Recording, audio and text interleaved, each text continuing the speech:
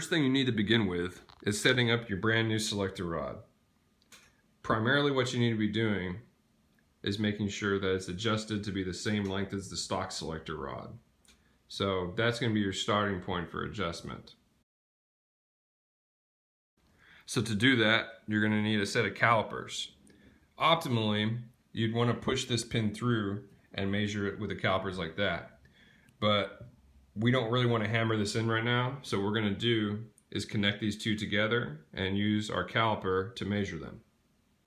With your calipers, you're going to measure from the hole that connects the selector rod to the transmission to that pin. And that's the stock selector rod. Feel for the fit, make sure it's nice and tight, but still just barely movable. Then you can take the caliper and turn it around.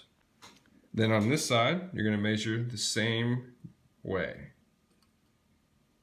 through those two and check to make sure it feels exactly the same as on the stock side. Then you'll know you have the right length. Once the length is set, you're going to want to make sure that this flat piece here and the fork are in the same exact level plane. You do not want any twist in the system, or it's not going to line up and it's going to bind. To do that, go ahead and separate these selector rods, and you want to move to a harder surface. On your hard surface, get a small piece of KEYSTOCK that you know is machined and perfectly level that you can trust. Then take your new selector rod, and on the end that's going to hook up to the transmission, set it on the KEYSTOCK, and that's going to be a flat plane. You'll notice that the fork is now on the table and also on a flat plane and can be trusted there. If this wasn't equal, the plane on the fork and this end of the selector rod weren't in the same plane, it would rock around when you rotated it. But if we push down and rotate a little bit, there's no rocking. So we know that these are perfectly aligned. Once these two surfaces are in the same plane, again, the fork and this piece of the selector rod just behind where it hooks to the transmission, and you know that your length matches the stock selector rod perfectly, you're ready to torque it down. You'll notice on the unit it says to torque this bolt down to 27 foot-pounds. So go ahead and do that and you'll be good. I would suggest rechecking your length with the stock selector after it's all tightened down and making sure that plane is, once again, in line. You don't want this to be off, because if it is, you'll have binding and you could cause damage. The next step to preparing your selector rod is going to be removing this lower rotating assembly and installing it onto the fork of the selector rod. You're going to do so using this retainer bolter pin, and you'll notice in the instructions the ear for the adjustment bolt is on top, and the lower rotating assembly can be pinned facing up right there. When you remove the lower rotating assembly, you'll come back to the set screw and the lock nut. What you want to do is take your 6mm wrench and break the nut loose, but you want to be careful to make sure the set screw remains in the same position on the nut, because it comes from the factory that when you tighten this nut down, this is allowed to rotate well. So use your 6mm, just break it loose and then run it out with your finger. Use the set screw. And then you can run the set screw. I'm not touching the nut now. Take it out enough. Now I can remove the lower rotating assembly. With your selector rod, your lower rotating assembly, your retainer bolt, and your spring clip, you're ready to do this. Now's a good time to break out your lubricant. We recommend, as CAE does, the Worth HHS Plus. With your lubricant, lubricate the fork of the selector rod, your lower rotating assembly, and the retainer bolt so that it comes together easier, as you're going to be using a hammer on this. Once everything's lubed up, Take your selector rod and your lower rotating assembly and slide them together. You'll notice the ear for the adjustment is on top and the lower rotating assembly points up. If you're enjoying the video so far, please use the links in the description when it's time to purchase parts for your car. Not sure what you need? Visit our webpage and you'll have access to categorized parts lists with instructional videos for your project. In doing so, you're supporting those who support Fat Boys Garage. It's a quick, easy way to help us continue to create quality content that is going to help you with your own projects. We love our cars, and we only use the best parts, which are the ones we recommend to you. We chose our supplier because of their amazing customer support, and we are confident you'll be well taken care of by them. Before installing your retainer bolt, make sure your holes are lined up perfectly so that the bolt goes in square. So we're going to hand fit it. So take your retainer bolt, put it on top, make sure it's set in square, push it in hand tight. You're going to push and wiggle it around so that it goes into the rotating assembly. You'll feel it kind of pop in, and you can test it by moving this back and forth. And it shouldn't move. And that tells you you've at least got it started and it's square. Now it's time to get out the plastic hammer and a little block of wood as backup. Hold it on the side and gently tap it in.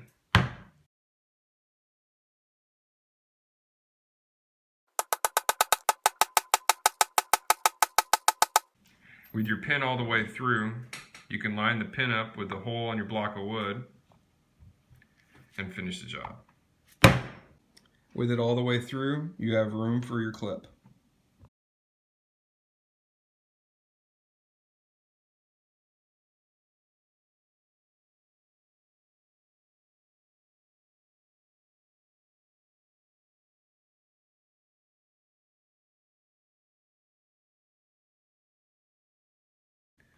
Go ahead and install your spring clips, find the lip, and push them on.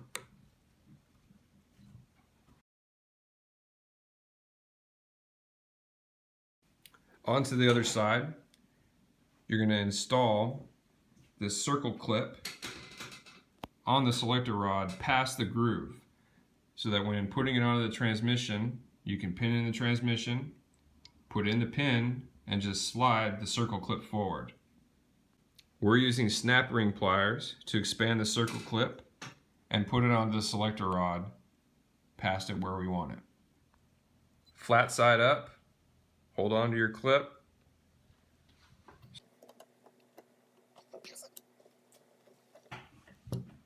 To reiterate, make sure your circle clip is past the groove so that when you pin this in the transmission, you don't have to fumble with it, you just gotta slide it forward and you're good. You'll notice on your stock selector rod, before putting your spring clip on, that there was washers, 2 nylon washers on either side, for 4 total. These nylon washers acted as a bearing surface. You'll notice in the CAE, it makes no mention of using these nylon washers. In the old style, these nylon washers acted as a bearing surface and didn't require lubrication. The CAE selector rod requires maintenance and consistent lubrication to make sure that it runs optimally. So keep that in mind. So in essence, according to CAE, don't worry about installing those washers. You'll be good.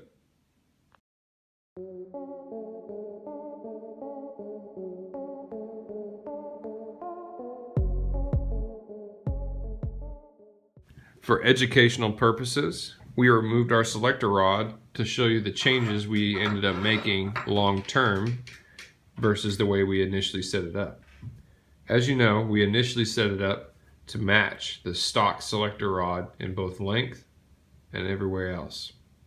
In our initial setup, we matched our new CAE selector rod to the stock selector rod in length. For axis of clearance and to make it shift better, we found that a slightly shortened setting was better. In the end, it ended up being about a 1/4 inch shorter than the stock. In our initial setup, these 2 planes were perfectly square. In the end, for clearance reasons for reverse and to get all the perfect angles, and it ended up being slightly clocked. So you'll notice this is the passenger side, and it's just slightly turned that way when compared to the other portion of it. So you're going to find that you might have to clock it, and the way to do that, we talked about this in the video, is to loosen the selector rod and turn the shift lever just slightly to get it to clock the way you would like it, so that you have a straight and true shifter lever. Another thing we changed from our initial setup, which is different from the CAE instructions. Initially, we had the dog ear up, but when the selector rod was shipped to us, this pin was in the opposite direction, which meant this clip was on this side, on the passenger side. When shifting into reverse, this clip would hit the edge of the mounting plate. So we also ended up moving that to the other side by pushing this pin out, putting it in the opposite direction, and voila. No more rubbing, no more clearance problems. Everything shifts perfect. When setting up the CAE Ultrashifter, the selector rod is the key to making it perfection. Being that we made so many changes to the selector rod, keep in mind with this initial setup that it might change. So just be prepared for that. Yours might be slightly different from ours based on where you install your shifter. But you can see what we've done to make ours work.